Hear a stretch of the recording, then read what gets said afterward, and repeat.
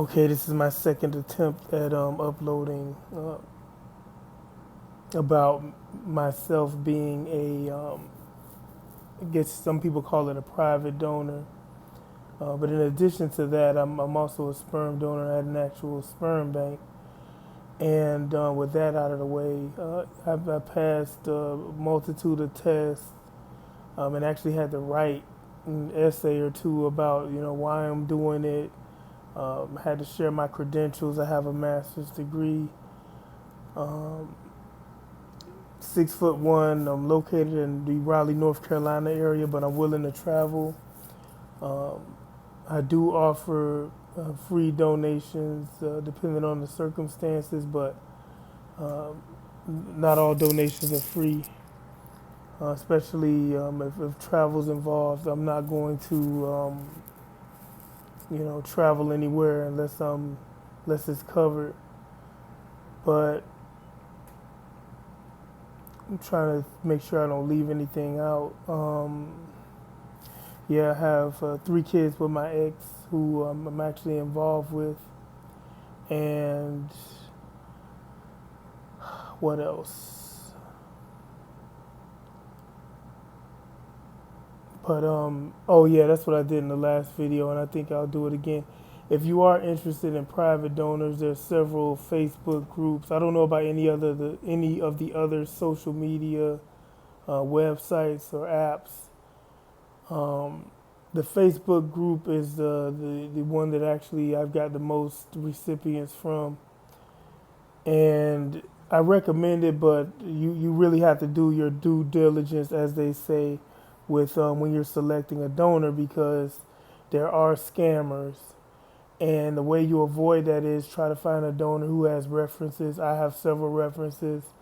I've conceived twins on 4 different occasions. Um, and my references can vouch for me. I do not try to get involved in the lives of any recipients. Thus far, I haven't had any recipients who were looking for co-parenting. Not opposed to that, but it's it's just one of those things that has to be discussed thoroughly.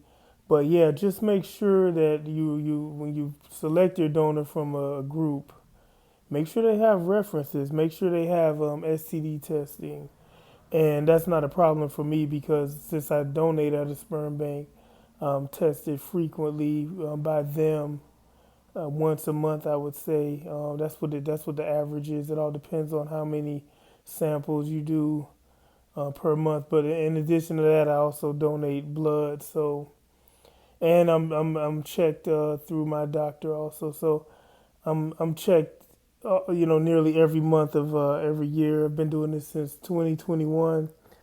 Um, this past year, 2023 was my most successful year in doing it, but this year so far has been a bit slower.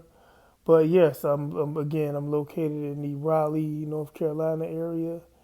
And if you're interested, I'm going to leave my email and other contact information in the description. And of course, it's an email that I strictly use it for this purpose.